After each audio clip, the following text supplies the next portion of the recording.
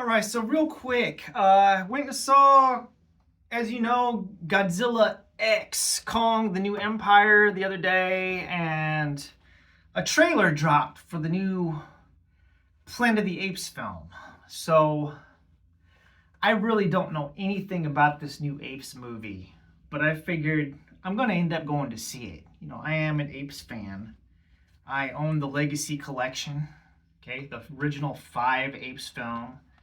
You know, Andy, or not Andy Circus, but Roddy McDowall. Roddy McDowall was kind of the face of this franchise. He was the glue that held it all together. You know, he played Cornelius, and then he ended up playing Caesar, which was Cornelius' son. So he was kind of like the guy that was like the heart and soul of the Planet of the Apes going forward. And somewhere in my house, I have the awful Tim Burton version on a DVD somewhere. I'm not going to go dig for it, but I have it somewhere. I've watched that movie maybe twice. You know, it's really bad. But they rebooted the Apes franchise with Andy Serkis, the great Andy Serkis. I am a huge fan of Andy Serkis's body of work, both as Gollum and Lord of the Rings. He did the motion capture for Kong and Peter Jackson's King Kong. That was Andy Serkis. He also played the cook in that movie as well, you know, and I've seen him in, you know, other films. He was a minor character in Christopher Nolan's The Prestige. He was Alfred in Matt Reeves' The Batman, which I'm not a fan of that movie, but I do like Andy Serkis, and I wish that more people in Hollywood would give him bigger roles. But this new movie is going to be a continuation of these 3 films, Rise, Dawn, and War. That's all I know about it. And I know that Andy Serkis isn't going to be in it, so that's a major bummer to me. I didn't see Toby Kebbell on there. I don't recognize any of the actors that have been cast for this new Apes film. But I'm going to go and I'm going to give it a chance.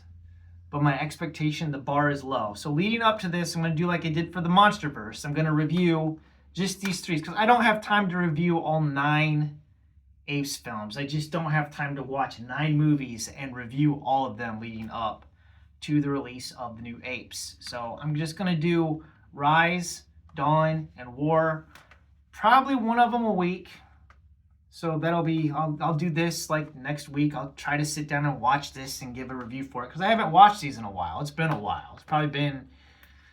It's been a few years, honestly. So I'll do that. Now my concerns real quick, with this movie, this new one coming out is number 1, as you know, historically, the licensings for the film have been 20th Century Fox, okay? 20th Century Fox, and now it is under the Disney brand. And if you've seen what Disney has done with every property that they have acquired, they have been, as the critical drinker would say, pushing the message. So I'm a little bit concerned about woke messaging in my Apes movies. I don't want that in my Apes films. So we'll see what happens. Now, I'm keeping an open mind. I'm avoiding any more trailers. I don't want to know what the movie's about. I don't want to see anything else. So yeah, I'm going to keep the bar low. I'm going to try to go in as fresh as possible. I think it releases on May 10th is what the trailer said. But the other concern I have is that Disney has done an absolute crap job of doing promotion for this film. I mean, there's no buzz. There's no buzz. They have this historic property. There are a loyal Apes fan base out there that are going to go watch the movie. So you already have them, but you need to drum up some promotion for the normies, for your quote unquote not Apes fans, your regular people, and they haven't done that. Like, I don't know anybody that's going to go watch this that isn't an Apes fan. And that's a problem, because if you don't get butts and seats, I don't know. I hope it does well. I hope it's a good movie. I'm just hoping for a good movie. I don't have great expectations for it. I just want it to be good.